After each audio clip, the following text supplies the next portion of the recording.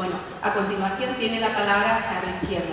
Para mí, yo hoy estoy disfrutando porque a veces vemos a las personas cuando estamos en la mesa como trayectorias de éxito a lo largo del tiempo, ¿no? Como que ya están ahí congeladas. Yo a mí me gusta verme siempre pequeñita, de mi origen rural, que yo abandero. Es cuando yo leía a Charo, cuando yo la veía en esos escenarios, igual que Ana, yo decía, bueno, pues son mujeres que no están dentro de mi ámbito de relación y no sé si algún día, ¿no?, me gustaría compartir con ellas. Entonces, hace poquito, en el mes de septiembre, Marga Becerro organizó unas jornadas y allí estaba Charo Izquierdo. Y yo lo estaba diciendo, no me lo puedo creer, pero si esta mujer está aquí en Talavera, y por esas sinergias de la vida en el que yo siempre apelo al tiempo, lugar y gente, cuando se dan esas circunstancias, las personas nos encontramos y en algún momento nuestra viñeta se construye, aunque solo sea por unos días.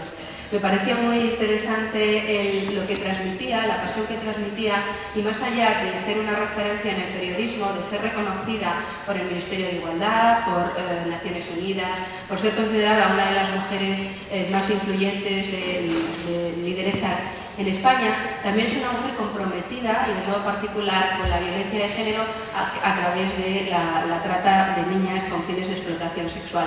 Con lo cual, bueno, a mí me fascinó su discurso teórico, también su compromiso personal, toda la emocionalidad que ella trasladaba en su exposición, con lo cual yo le dije, pues en algún momento ojalá esta mujer también pudiera estar compartiendo mesa.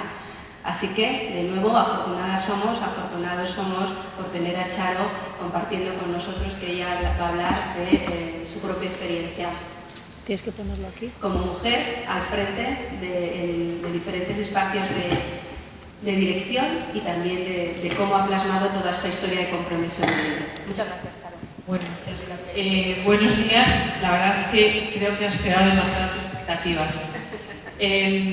Yo voy a hacer una presentación en la que voy a hablar de algo que me interesa muchísimo, que es la utilización de las redes sociales y cómo las redes sociales, cómo se está desarrollando una violencia importantísima, y sobre todo en el ámbito de la juventud, cómo la violencia de género se está cebando un poco en las redes sociales. Y luego voy a hablar efectivamente de mi propia experiencia, no de violencia, sino de lo que he investigado para la elaboración y para escribir la novela que he publicado hace unos meses, que se llama Puta no soy, y que es sobre la trata de mujeres y niñas con fines de explotación sexual. Por eso, bueno, el principio de la ponencia es: las redes no están para caer en ellas, ¿no? Si yo digo estas tres letras, CDP, ¿alguien sabe lo que es? ¿No? Bueno, pues CDP somos todos. Porque CDP hoy es el comunicador digital permanente. CDP es la persona que está en las redes sociales y que está continuamente conectado. Es decir, probablemente muchos de vosotros tenéis el móvil no solamente para hacer fotos, sino que estáis mandando algún mensaje. Yo también lo haría, si estuviera ahí. Lo hago permanentemente. Y estamos conectados pues a una red, a internet, a Twitter, a lo que sea, ¿no? Conectados permanentemente. Es como, pues estamos viviendo como en dos autopistas nuestra vida, ¿no? Una, la autopista, digamos, la normal o la normalizada, y luego la otra autopista, que es la de las redes, en la que estamos absolutamente todos. Todos nos comunicamos digitalmente, todos nos comunicamos casi hay veces que lo vemos y lo reímos, pero estamos con una persona y estamos escribiéndonos casi con esa persona, o si no estamos escribiéndonos con otra, pero no estamos, y estamos prestando teóricamente atención, pero no estamos atendiendo del todo. ¿Qué ocurre? Que vosotros, la mayoría de vosotros que sois nativos digitales, estáis ya acostumbrados y estáis normalizados con esa situación. Con esa situación en la que hay a veces una frivolización de la comunicación, a veces una frivolización de las herramientas, y a veces una frivolización hasta de los iconos, ¿no? Del like, el me gusta, el no me gusta, todo es como rápido, todo es como fácil, todo es como, que al final todo es muy inmediato y pongo ahí incluso el insulto, ¿no? Esto es lo que está haciendo que, bueno, pues, que el amor, evidentemente, también se desarrolla en las redes. Pues bueno, iba a decir en mi época, pero mi época también es esta, pero cuando yo era joven o más joven, había casos de personas que decían, pero ¿cómo es posible si la ha dejado con un mensaje en el contestador automático? O sea, las relaciones no empezaban o no acababan con un teléfono, no empezaban o no acababan por internet o por un WhatsApp. En cambio ahora, conozco mucha gente a la que la han dejado por WhatsApp, ¿no? O incluso yo misma, hay veces que tengo conversaciones o discusiones por WhatsApp en las que digo, oye, vamos a dejar deja de escribir y nos llamamos o quedamos, porque realmente cuando tú te comunicas solamente de una manera digital, a veces el entendimiento no es total.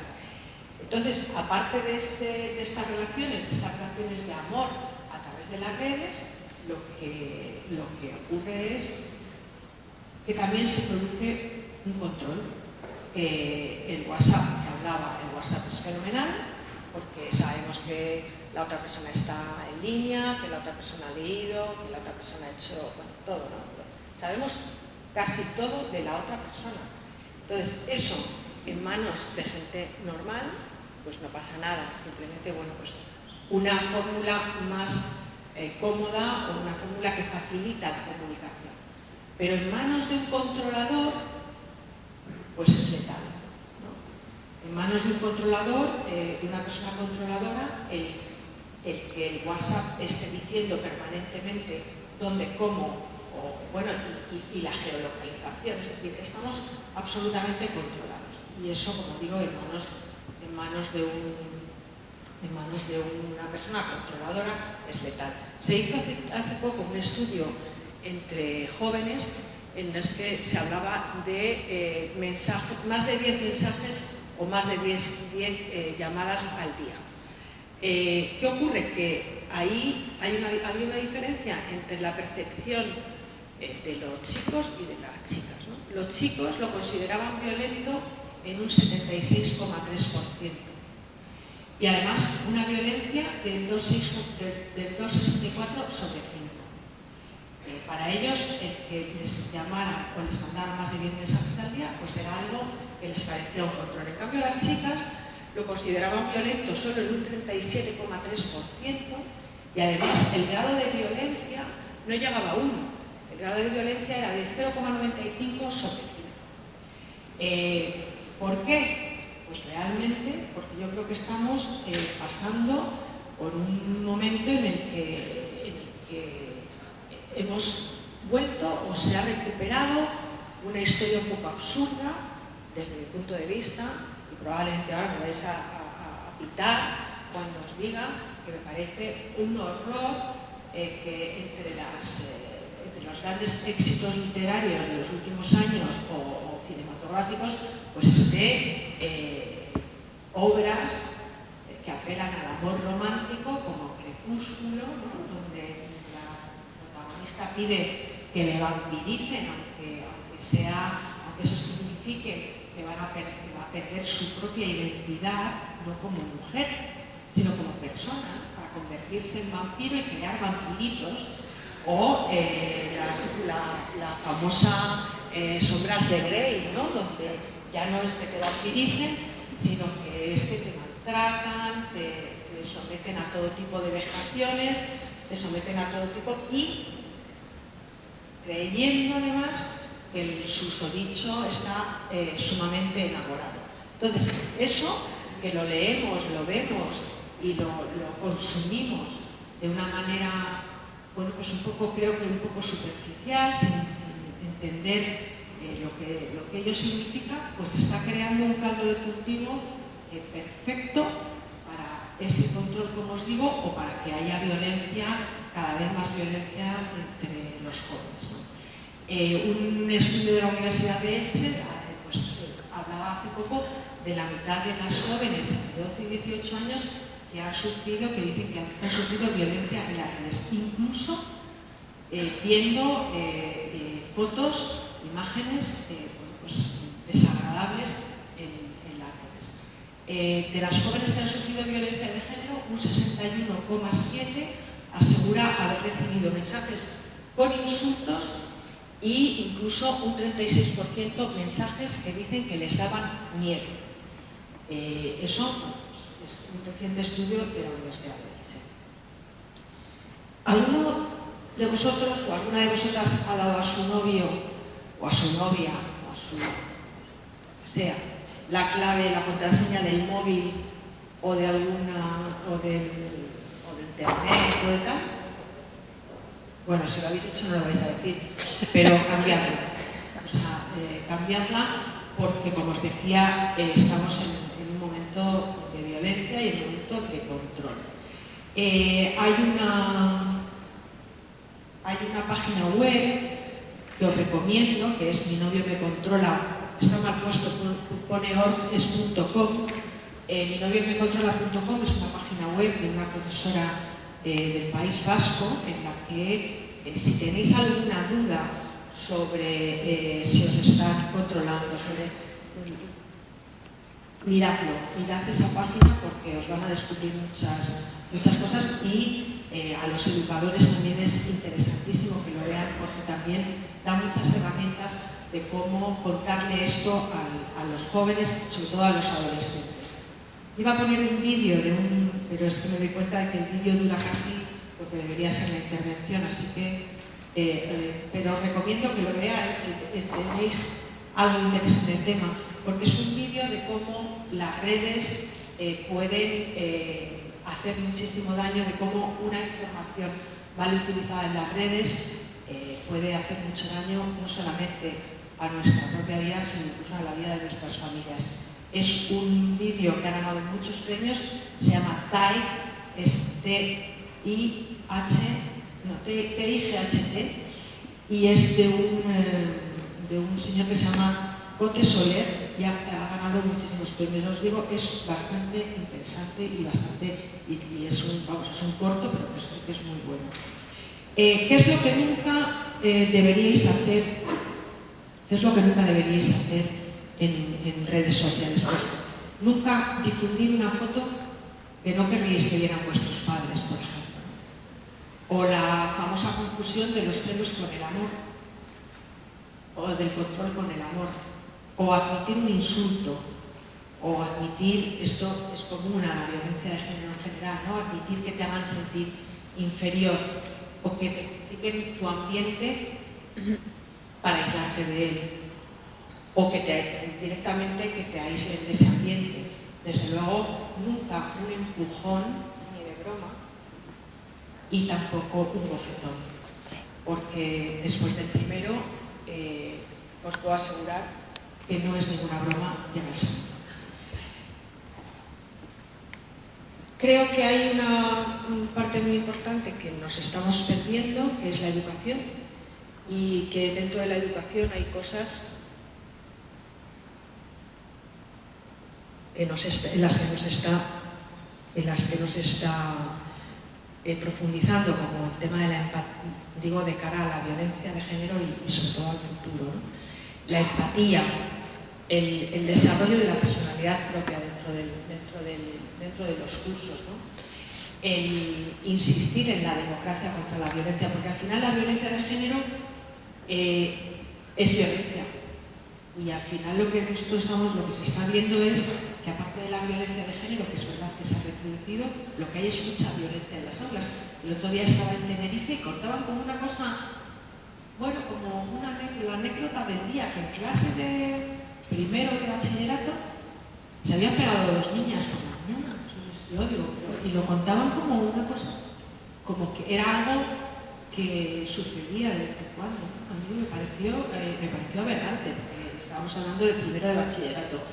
Entonces creo que esa democracia contra la violencia es algo que se tendría que estar entrenando permanentemente. También el elogio de la diferencia. Al final, todos somos iguales, pero ninguno somos igual al otro, ¿no? La tolerancia a la frustración, que creo que es algo que entre la educación que se está dando y que estamos dando no estamos trabajando, ¿no? El empoderamiento, que es una palabra que, bueno, que es fea, pero que es real. El empoderamiento, el hacerse uno dueño de uno mismo, el hacerse, el estar seguro de uno mismo. Todo esto creo que no se está trabajando excesivamente en las clases. Y creo que hablamos de las niñas, de las chicas adolescentes, pero creo que también, dada cómo es la situación y dada cómo es la situación también de violencia, el empoderamiento también en masculino creo que ahora mismo es muy importante. Y por supuesto, los derechos humanos, la violencia en general y la trata de personas de la que hablaré dentro de un momento en particular.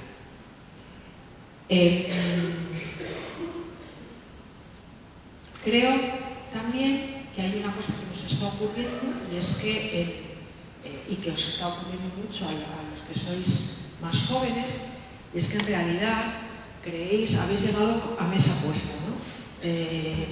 Nosotras, pues hemos trabajado, nuestras madres, hemos trabajado mucho para llegar a una situación de teórica igualdad, de igualdad legal por lo menos, y creéis que está todo hecho, pero negativo, no está todo hecho. Lo que los datos que os daba lo avalan. La igualdad no es completa. Os vais a encontrar que cuando salgáis de la universidad vais a tener una ligerísima brecha salarial, pero de seguir las cosas como están, pues vosotros como millennials tenéis una brecha salarial a lo mejor del 2%, del 4%, pero al llegar a los 40 años hay una brecha salarial del 20%. Entonces eso tenéis que saberlo, tenéis que luchar de una manera proactiva, no luchar, sino trabajar de una manera proactiva para que eso no ocurra, para que haya más directivas. No voy a entrar mucho porque de eso hablará después Ana, ¿no? Y como decía, estamos en un momento pues donde hay la trata de personas como máxima manifestación de la violencia. Y parafraseando a Clinton cuando dijo es la economía idiota, pues yo digo es la educación y nada más que la educación. Y esto es algo que hay que grabarse para seguir trabajando, porque es la educación y la socialización en la no igualdad, que al final esas frases que decimos, que no nos damos cuenta casi de que las decimos, pues las propias madres, ¿no? Eso de los niños son más nobles o las niñas son un poquito más retorcidas. Pues el niño no nace en su ADN con una nobleza especial, ni la niña nace con un retorcimiento especial. Eso es algo que crea la sociedad, que crea la educación y los niños cuando son pequeños no piensan en desigualdad y no piensan en las niñas como alguien a quien se pega. Y ahora sí que os voy a poner un vídeo, si consigo ponerlo, porque no sé dónde está aquí.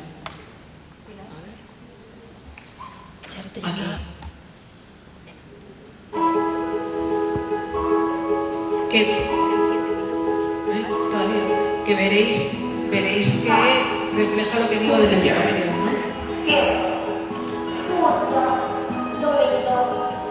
Quanti amici? 11, 9, 7, 8.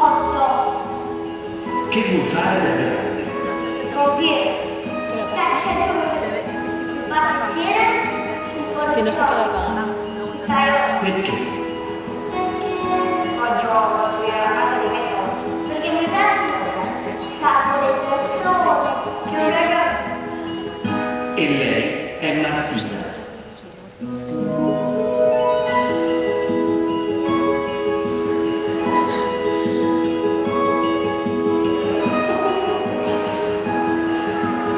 Che ti piace di lei? Gli occhi mi piacciono, i suoi scatti.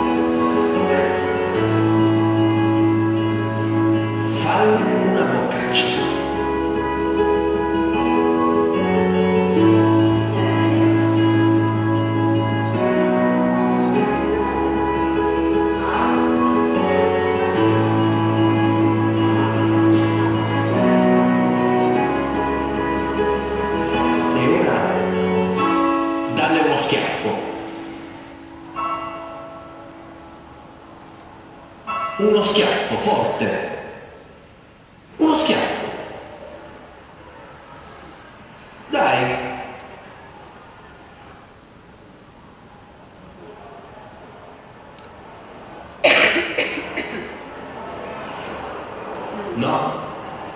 No.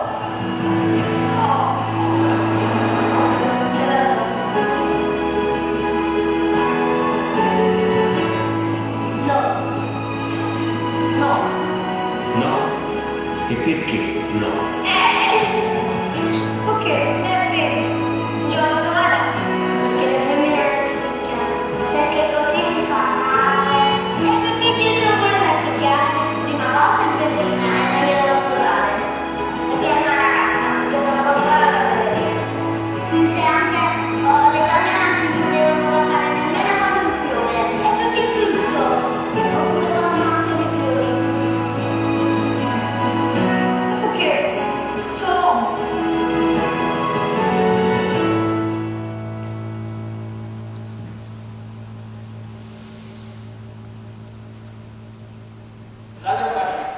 Bueno,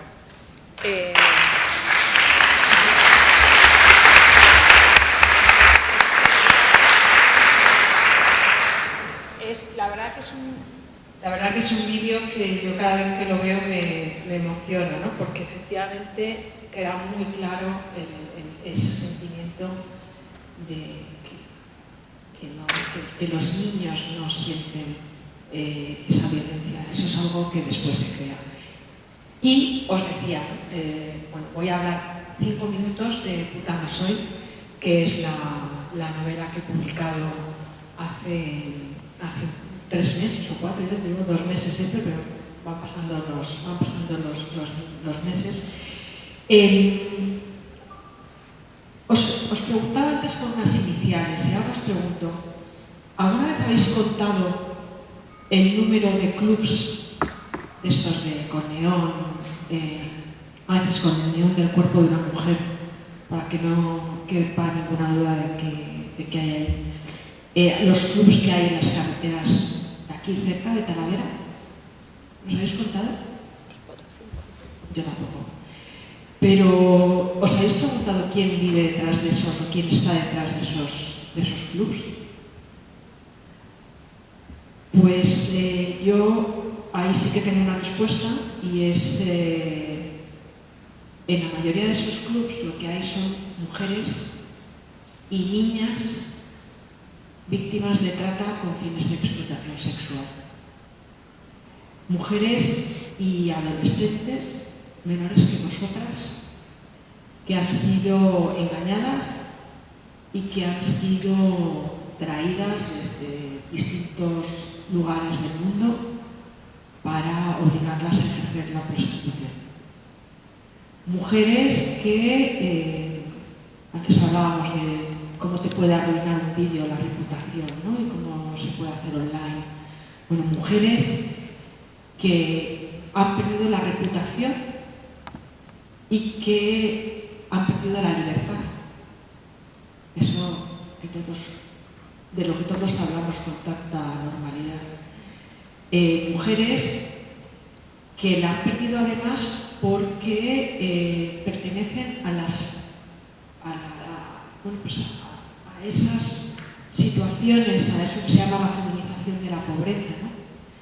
Que viven bajo mínimos y que hace poco me decía alguien, son emprendedoras, ¿no? Me quedé así un poco, ¿cómo que son emprendedoras? Sí, son emprendedoras porque hacen eso que hacemos todos, ¿no? Que es querer vivir mejor, y por querer vivir mejor, por querer salir de la pobreza más absoluta, son engañadas, a veces son vendidas por sus propias familias y se encuentran que cuando llegan al lugar de destino pues no van a trabajar como secretarias, ni van a ser modelos, ni se van a casar con el que les dice que está enamorado de ellas, ni van a ser camareras, simplemente van a ser mujeres obligadas a ejercer la prostitución. Por eso el libro se llama Puta no soy, porque no son putas, son mujeres obligadas a ejercer la prostitución.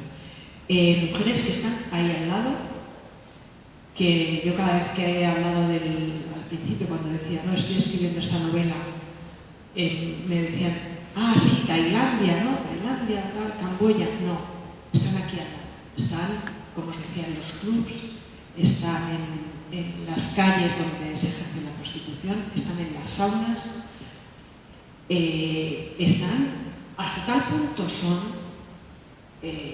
millones de mujeres y de niñas en el mundo, 4,5 millones de mujeres y niñas víctimas de trata con fines de explotación sexual. 4,5 millones que forman parte de los casi 21 millones de personas que hay en el mundo víctimas de la trata, porque hay con fines de explotación laboral, sexual, como decía, de tráfico de órganos, de matrimonios forzados, de mendicidad.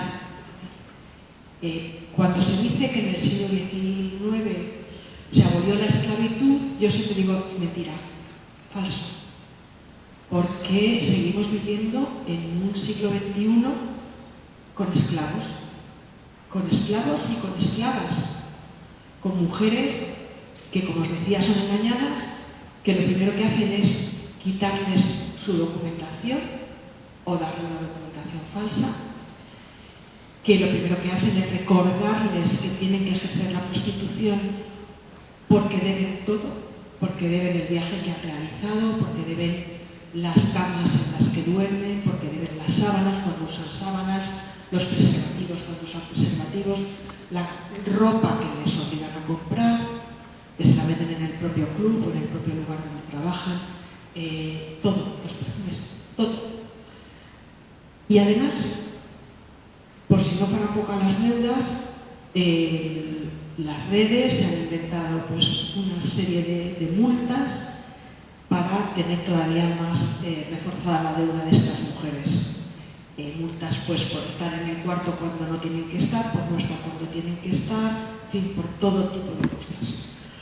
Y esto es un problema que a mí me pareció tan brutal, y encima tuve la inmensa suerte de tener una amiga que es Mabel Lozano, que está metida en el tema de la trata desde hace muchísimos años, investigando, que hizo un primer documental, que fue cuando ella empezó a hablar del tema hace 10 años, y hace un año empezó a rodar su documental Chicas Nuevas 24 horas, y me dijo que quería que además del documental hubiera una novela que la escribiera yo. Por eso empecé a escribir la novela, que para mí ha sido un auténtico regalo, un regalo al que yo he querido corresponder también con otro regalo, que es dejar ese legado a estas mujeres que no tienen voz, ¿no? Y lo he hecho pues escribiendo en primera persona, escribiendo sobre una chica peruana que es la protagonista principal, vendida por su familia, está basada en uno de los personajes del documental de Mabel. Elegimos Perú porque es un país en el que la trata no es como la de Brasil o Colombia o Rumanía, que las traen a países como España, sino que en Perú se queda en Perú. La trata en Perú es interna, a las mujeres las engañan y las cogen de distintos lugares del país y las llevan a varios, pero fundamentalmente a uno, que es donde yo he localizado la novela, que es el sureste peruano. Es un lugar donde hay extracción de oro ilegal, se llama Madre de Dios, bendito nombre, y ahí hay una serie de campamentos mineros y de prostíbares, para que nadie se engañe de a qué se dedican, tienen ese nombre, prostíbares, que son unos lugares hechos con palos de madera y con plásticos, donde obligan a estas mujeres y a estas niñas a ejercer la prostitución, y que además lo que verdaderamente el negocio que ellos tienen es sobre todo la venta de alcohol, ¿no? Estas niñas las obligan a la prostitución, pero además los bares viven de la venta de alcohol, que las niñas también beben, con lo cual ahí hay un problema no solamente de prostitución, sino también de alcoholismo. Pero además, la protagonista, como digo, es peruana, pero he querido tener otra protagonista española, precisamente para denunciar y para decir que en nuestros países, en nuestro país también hay trata, ¿no? Se han dado casos el año pasado en Murcia de trata interna, pero fundamentalmente nuestro país la trata como es un país de tránsito y de destino. Vivimos en un país en el que el 39% de los hombres declara consumir sexo de pago. 39% lo declara, luego está el que no lo declara. Un país que es el tercer país del mundo, según APRAM, que es una de las organizaciones que trabaja directamente con las mujeres que son rescatadas, ¿no?